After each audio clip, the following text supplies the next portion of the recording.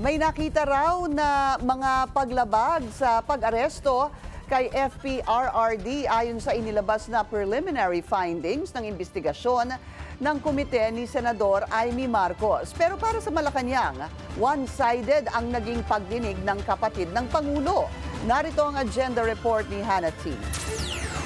Isang araw matapos tumiwalag sa Alyansa para sa Bagong Pilipinas ng kanyang kapatid, naglabas si Senator Amy Marcos ng preliminary findings sa naging unang pagdinig ng kanyang komite sa pag-aresto kay dating Pangulong Rodrigo Duterte na unang nag-invoke doon ng executive privilege ang mga kalihim at hindi dinetalye ang mga pag-uusap kasama si PBBM. Mistulang nagtatago ang ating gobyerno ng mahahalagang katotohanan at hindi ko talaga matanggap kaya't kinakailangan malaman natin at hayaan na lamang ako na malaya na magsiyasat. Ayon sa findings, wala raw legal obligation ng Pinas na i-turn over si Duterte sa ICC dahil unverified diffusion notice lang mula Interpol ang natanggap, hindi red notice.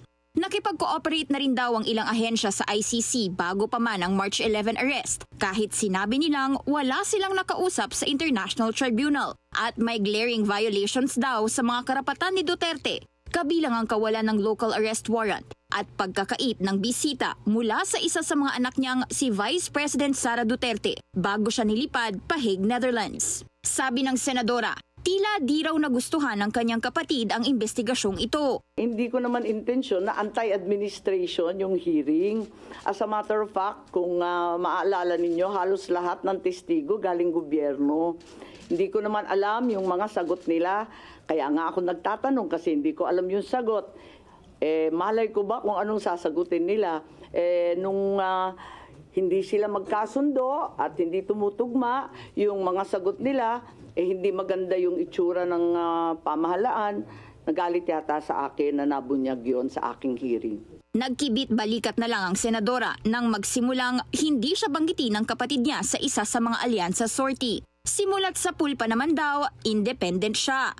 May mga balita ring may partidong balak siyang ampunin, kaya lang busy daw siya sa investigasyon. Hindi ko masyadong pinapansin, kinakarir namin to Naduling-duling na nga kami kagabi. Palagay ko, lampas-lampas na to sa Duterte at Marcos. Ang pinag-uusapan na dito, yung soberanya ng ating bansa. Giit din niya, di siya nag-iimbestiga para kumampanya o magpa-endorso. Labis-labis na nga yung sikat namin.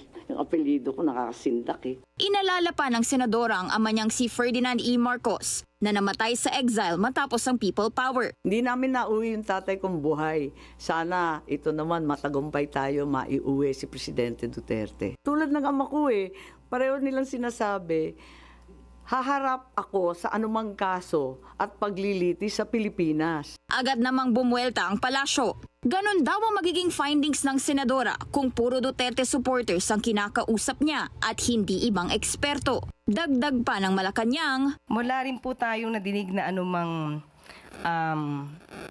hinanakit kung meron man mula sa Pangulo para sa kanyang kapatid. Para sa agenda, Hannah T. Bilyonaryo News Channel.